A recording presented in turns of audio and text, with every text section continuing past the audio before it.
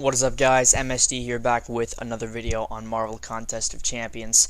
As of right now, I have the third fastest time in the United States against Captain Marvel, the Captain Marvel boss of the Summer Showdown Qualifiers Week 2, and the fourth fastest time overall in the world.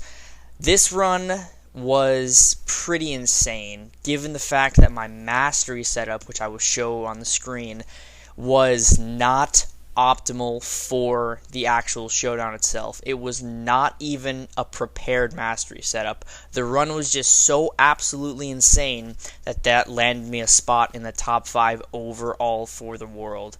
So I will go over my run in this video, and hopefully this helps out people trying to get that top spot. I do highly suggest going for the full optimal strategy, which I will talk about at the end, but this run is going to be pretty much impossible to replicate just because of how everything lined up.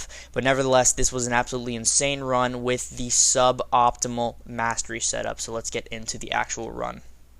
So here's the actual run itself. I, of course, start with an intercept, and then I go back, try and get a light dash intercept, but of course she did not go for it, so I just have to hope that she goes for the extra in when I preemptively end my combo, and she does. At the start of this, I was a little shaky. I was like, is this going to be a good run? Because at this point, I was like, okay, well, if I haven't really, done that much damage now, how am I going to get a good run for this? And it ended up being pretty insane.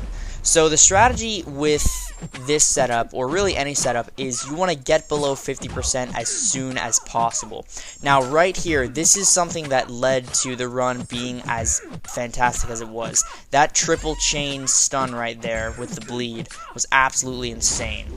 So what you want to do is you want to tank Captain Marvel's special 2. Now if you're running the optimal mastery setup, you want to tank the first hit and then Dex out of the second hit, but of course this was the run that got me on the leaderboard, and that was not with the optimal mastery setup, which is pretty much full offense, no suicides, max deep wounds, max assassin.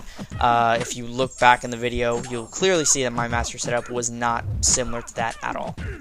But after you get off that special 2, launch yourself into a special 3, it is just intercept like a god. You also want to be very wary of activating a stun on Captain Marvel, because that is actually an opening. So as you can see right there, I went for the light intercept, or the light dash in, should I say, because light attacks have a faster animation time. And right now I'm just intercepting like a god. I'm getting some pretty good stun RNG. That's really going to be the deciding factor for this, is stun RNG and just how often you proc bleeds, because GwenPool's bleed proc has nothing to do with critical hits. It's just simply a 30% chance on basic attacks. So you either get lucky or you don't, and this run was pretty lucky.